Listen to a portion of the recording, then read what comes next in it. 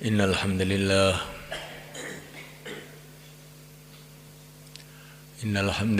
nasta'inuhu wa nastaghfiruh wa nu'minu bihi wa natawakkalu alayhi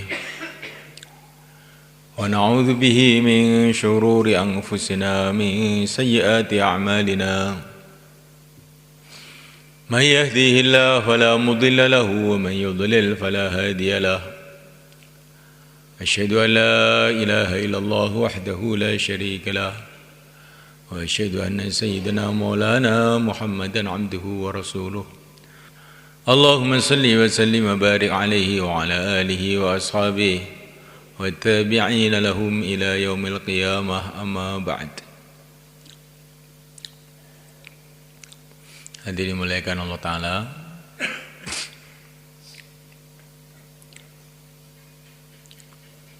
bila seseorang itu senantiasa sibuk dalam taat kepada Allah dan sibuk di dalam berdoa kepada Allah, maka nanti dia akan mendapatkan pengalaman-pengalaman hubungan dengan Allah sehingga imannya akan meningkat. Sibuk di dalam taat, sibuk di dalam doa. Allah memberikan contoh Nabi Musa alaihissalam. Diperintah oleh Allah untuk pergi ke Mesir untuk buat usaha dakwah di sana. Dan negeri Mesir ini adalah negeri yang paling susah buat Nabi Musa alaihissalam. Rajanya ini adalah sangat kejam dan memang sudah lama mencari-cari Nabi Musa untuk membunuh Nabi Musa. Rakyatnya pun juga banyak yang marah kepada Nabi Musa karena Nabi Musa ini pernah membunuh tanpa sengaja seorang Mesir. Dan di sana ada Bani Israel, satu bangsa yang sudah terkenal sangat sulit.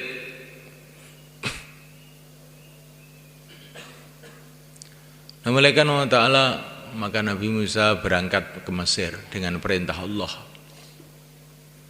Kemudian beliau sibuk dalam doa. Rabbi syrah li sadri, ya Allah longgarkan dadaku.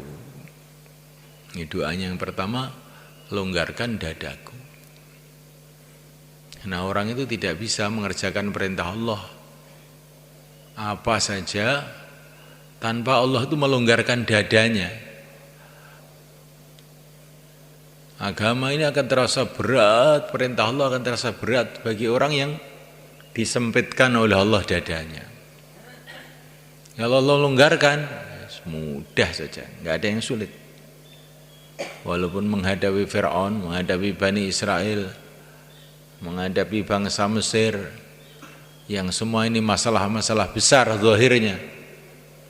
Tapi kalau Allah sudah longgarkan dadanya, ya nggak apa-apa.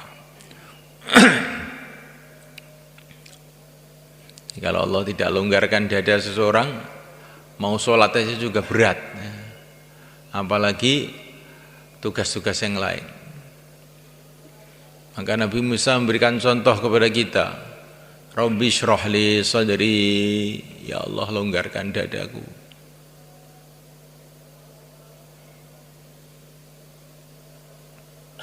Kalau Rasulullah SAW bukan minta dilonggarkan dadanya, tapi diperintah oleh Allah untuk syukur karena dadanya sudah longgar. Alam nashrah laka sadrak, bukankah dadamu sudah saya longgarkan Muhammad? Ya, Rasulullah itu asli longgar dadanya itu. Ini menghadapi masalah apa itu sudah tenang aja.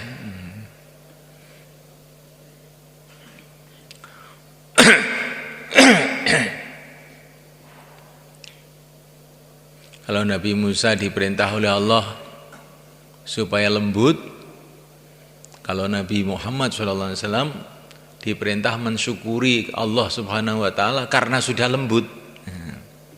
Fabima rahmatin minallahi lintalahum. Jadi Rasulullah itu memang sudah aslinya lembut. Kalau Nabi Musa itu aslinya itu keras. Sampai beliau ini kalau marah itu kopiahnya ini kan, ini terbakar saking panasnya kepalanya itu. Nabi Musa ini orangnya keras. Tapi ketika diperintah lembut ya jadi lembut. Nah, begitu.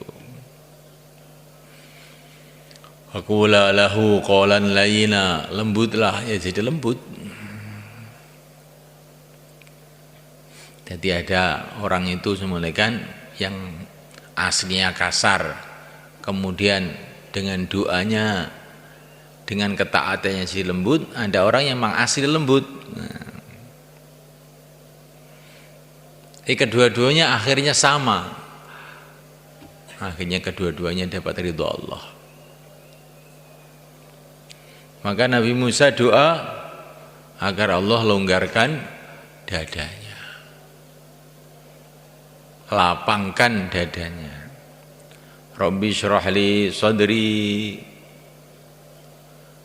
Kemudian beliau doa kedua, wa yassir li amri. Ya Allah mudahkan urusan-urusanku. Allah itu berkuasa, yang sulit jadi mudah itu Allah kuasa. Yang membuat sulit Allah, yang membuat mudah juga Allah. Allahumma innaka in syi'ta ja'alta hazna sahla. Ya Allah, bila Engkau menghendaki, maka Engkau akan menjadikan yang sulit jadi mudah. Ini sulit, ini bukan sulit sebetulnya, disulitkan oleh Allah. Kalau Allah mudahkan ya jadi mudah. Maka Nabi Musa mengajari kita, kalau menghadapi kesulitan itu jangan mundur, tapi doa kepada Allah supaya dimudahkan. Wa yassir li amri wahlul 'uqdatam min lisani yafqahu qawli. Ya Allah, lancarkan lisanku sehingga mereka paham perkataan saya. Waj'alni waziran min ahli. Jadikan untukku pembantu dari keluargaku. Harun akhi, Harun saudaraku. Ini minta teman kepada Allah. Ya, orang itu amal agama, memperjuangkan agama itu perlu teman. Siapa temannya? Ya minta sama Allah. Nabi Musa seorang nabi, seorang rasul, kalimullah,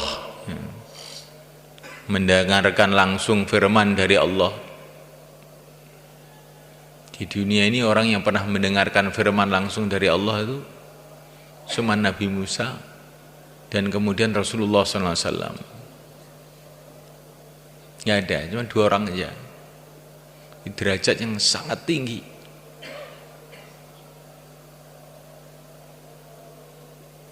Tapi beliau merasa perlu teman. Nah, kita ini dalam usaha agama perlu teman. Kita lihat kanan kiri kita, di kampung kita, di mana kita berada. Memohon kepada Allah, ya Allah, semua orang di kampung ini adalah hamba-hamba Engkau. Hati mereka dalam kekuasaan Engkau. Kirimlah fulan untuk membantu aku. Insyaallah malaikat. Doa. Rasulullah dikasih teman 2, Sayyidina Abu Bakar, Sayyidina Umar. Kata Nabi, Abu Bakar Umar ini seperti mata dan telingaku. Maksudnya betul-betul rapat dengan aku. Kemana saja Nabi itu mesti bersama Sayyidina Abu Bakar dan Umar. pergi bersama Abu Bakar dan Umar, pulang bersama Abu Bakar dan Umar, sampai wafat pun kuburannya bersama Sayyidina Abu Bakar dan Umar radhiyallahu ta'ala anhum. Dan sering terjadi kejadian-kejadian itu sama itu, 3 orang ini.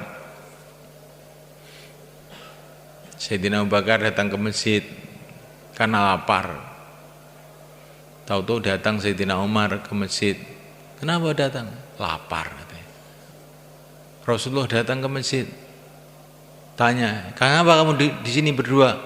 Lapar. Saya juga lapar ini. Nah, jadi laparnya pun bisa bareng ini kan. Ini namanya itu satu hati, laparnya bareng, nah, berjuang bareng, nah, sampai mati pun bareng kuburannya. Nah, kita perlu teman-teman seperti ini dalam perjuangan itu. Dimulai kita cari teman untuk 2,5 jam, insya Allah mana kan? Terus teman untuk 3 hari, untuk 40 hari, untuk 4 bulan. Terus sampai teman masuk surga, insya Allah mana kan? Cari teman itu penting. Nabi pun cari teman. Kalau dalam Al-Quran dikatakan temannya Rasulullah Sallallahu Alaihi Wasallam, maknanya Abu Bakar itu temannya Rasulullah yang resmi dalam Al-Quran. Nggak ada manusia yang dikatakan temannya Rasulullah selain Abu Bakar saja.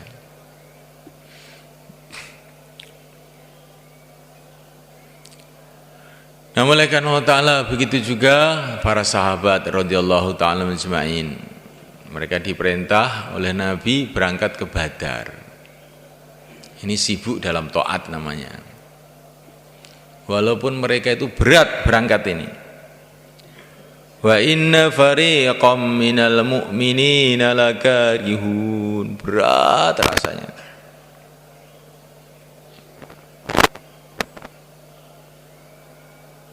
Ini perlu kita perhatikan ini firman Allah ini. Jadi kalau kita ini mau mengamalkan agama kok rasanya berat gitu.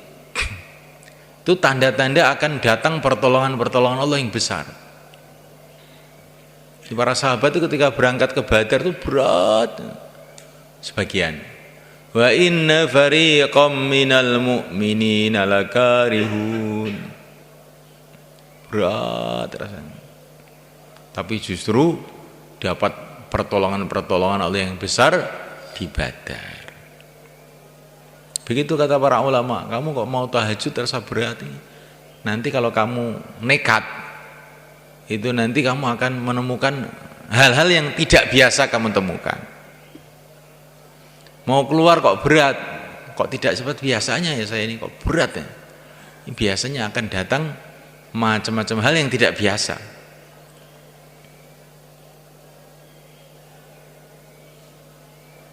Assalamualaikum. Berat bayan? Kalau berat itu tandanya akan ada ilmu besar ini. Kalau dengar bayan ringan itu biasa. Kalau itu berat, rasanya berat, ngantuk, capek, itu tandanya akan datang pertolongan Allah. Seperti para sahabat ke Badar terasa berat,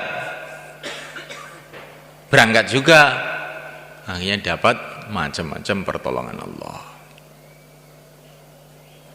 Jadi kita ini harus pandai memprediksi, mengira-ngira. Ini kok berat? Oh, ini alamat ini akan datang kebaikan. Itu bukan kalau berat malah mundur. Kalau kantong itu isinya uang banyak, berat, tandanya berat. Oh, ini berarti isinya banyak. Tapi kok enteng, berarti isinya dikit. Ya enggak malaikat?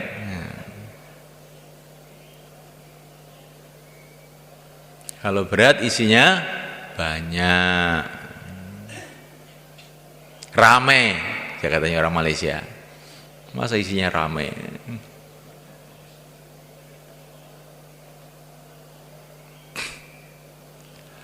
Kemudian berangkat, ini namanya taat kepada Allah. Setelah berangkat, doa, ittastaghithuna rabbakum Fastajaba lakum, mereka doa. Akhirnya Allah kirim 1000 malaikat untuk membantu mereka. Sibuk dalam taat, sibuk di dalam doa. Ya itu tugas kita. Dalam taklim juga begitu. Sibuk dalam taat, sibuk dalam doa. Ketika Rasulullah SAW mendengar Al-Quran dibacakan oleh malaikat Jibril alaihi wassalatu wassalam, maka diperintah oleh Allah untuk doa. Jadi kita ini mendengar ilmu agama, hatinya doa. Doanya bagaimana? Rabbi zidni ilma. Ya Allah, tambahilah aku ilmu, tambahilah aku ilmu. Mungkin pembicaranya sama, tapi yang memberi kefahaman itu Allah. Nanti fahamnya bisa berbeda.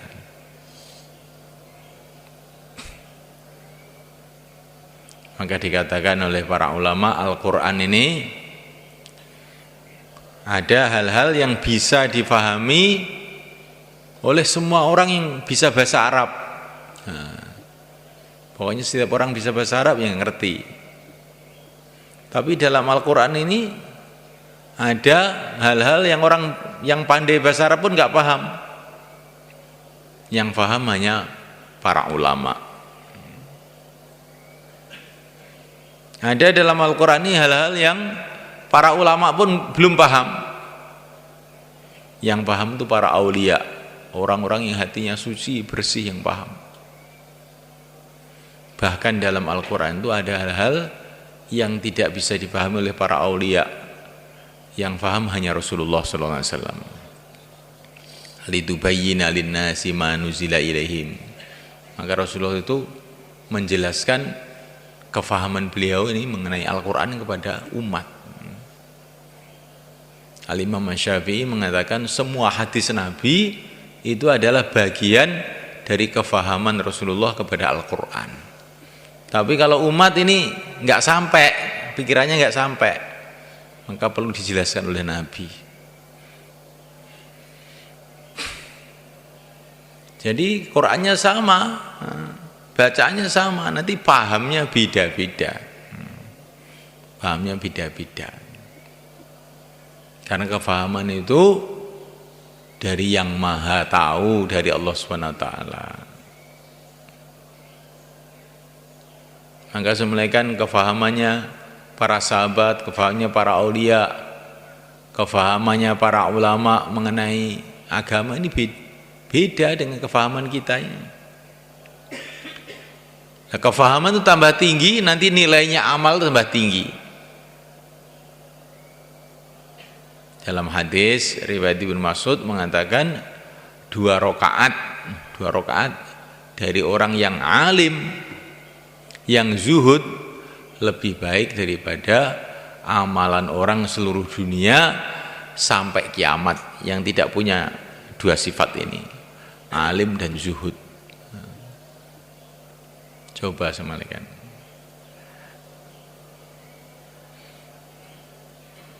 Kefahaman ini dari Allah, bukan dari otak saja. Otak juga perlu, kalau nggak punya otak juga nggak paham apa-apa. Ya.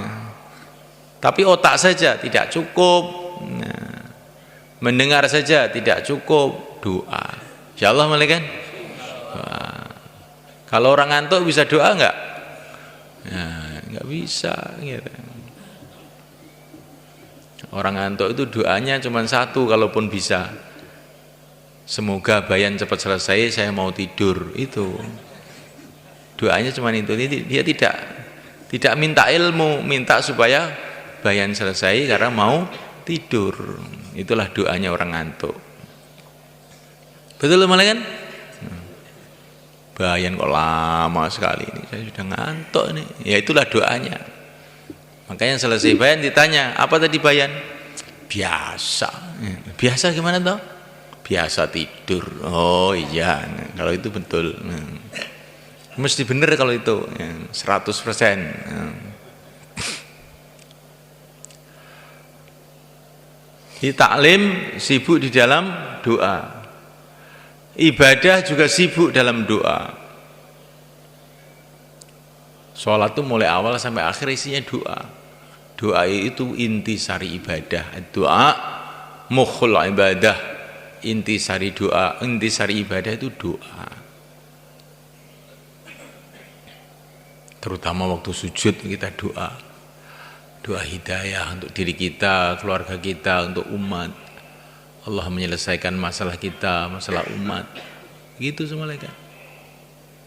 Sedekat-dekatnya hamba kepada Tuhannya, ketika sujud, maka hendaklah kamu berdoa, maka pasti akan diterima doa kamu. Nah, doa. Kata Imam Asy'arani, kalau kamu doa waktu sujud itu, ya, doa ya Allah, ya Allah, ya Allah sampai napas kamu habis, nggak teringat apa-apa selain Allah, terus nanti doa, baru doa kamu nanti insya Allah makbul katanya. Pengalaman saya, kata Syekh Sya'rani, kalau sudah doa ya Allah waktu sujud ya Allah sampai napasnya habis, dan di otak dia ini, di hati dia sudah hilang semua makhluk, doa langsung makbul. Maka yang sujud itu agak panjang sujudnya itu. Sholat-sholat sunnah sujudnya panjang. Kadang-kadang Rasulullah itu sujud sampai istrinya itu pada ketakutan malaikat, karena dikira sudah wafat. Saking lamanya itu malaikat. Sehingga Sayyidah Aisyah itu datang menggoyang-goyang kaki Nabi itu, di gini-gini kan, digaruk-garuk. Kok masih gerak? Alhamdulillah masih gerak. Pernah sujud lama begitu? Sujud sebentar saja, belum terasa sudah selesai. Ibadah sibuk dengan doa, khidmat pun sibuk dengan doa. Seperti Nabi Ibrahim ketika membangun Ka'bah bersama Nabi Ismail, doa, Rabbana taqabbal minna innaka antas samiul alim. Ya Allah, terimalah bangunan ini dari kami. Binaan. Orang-orang Malaysia bilang binaan. Bina itu bangunan. Akhirnya bangunannya barokah sampai sekarang. Kita pun khidmat apa saja, membangun masjid, membangun rumah, masak, dengan doa, ya Allah terimalah bangunan dari kami. Nanti kalau sudah diterima oleh Allah tuh, Masya Allah, ada saja berkahnya. Ketika Nabi Sulaiman membangun Masjidil Aqsa, maka beliau doa, ya Allah, siapa saja yang masuk di masjid saya ini kemudian sholat 2 rakaat, ampunilah dosa-dosanya. Gitu doanya Nabi Sulaiman. Doanya Nabi Nuh, siapa saya Allah yang masuk rumah saya, ampunilah dosanya. Nah, kita ini rumahnya sudah didoain belum begitu? Didoain, ya Allah siapa saja yang masuk rumah saya ini, berikan hidayah kepada dia, ampuni dosa-dosa dia, mudahkan dia untuk mengamalkan agamamu, memperjuangkan agamamu. Insyaallah kan? Masak juga begitu. Didoain, ya Allah siapa saja yang makan masakan saya ini, kasih hidayah dia. Ada orang itu nuakal malaikat, dinasihati siapa saja nggak mau, hanya dibawa ke rumahnya Syekh Abdul Qadir Jailani. Di situ tidak dinasihati, disuruh makan aja. Begitu makan, selesai makan langsung berubah, jadi orang baik, nakalnya hilang. Dan ini masaknya didoain. Orang-orang dulu itu kalau mau masak itu wudhu dulu, kayak mau sholat. Sambil masak, sambil zikir kepada Allah. Akhirnya masaknya barokah. Yang masak hatinya berubah jadi baik. Insyaallah kan? Sibuk dalam taat, sibuk di dalam doa. Seluruh kuwi yo apa ini tenanan. Nah, untuk supaya kita bisa begitu bagaimana? Kita keluar jalan Allah. Insyaallah kan? Latihan kita. Masuk masjid doa, keluar masjid doa, mau tidur doa, bangun tidur doa. Masuk kampung doa, keluar kampung doa. Mau silaturahim doa, wis doa terus. Dan sibuk dalam taat, enggak ada maksiatnya. Maka insyaallah nanti iman kita akan naik. Maka semulaikan yang hari ini mau keluar 4 bulan, 40 hari, silahkan berdiri ke selatan. Monggo. Bismillah. Yang mau keluar 4 bulan, 40 hari, tambah masa, sisa masa, monggo. Insyaallah semua kita niat semulaikan. Sekarang infiroti amal sampai jam 7. Jam 7 kita musyawarah di sana. Insyaallah semulaikan. Subhanallah.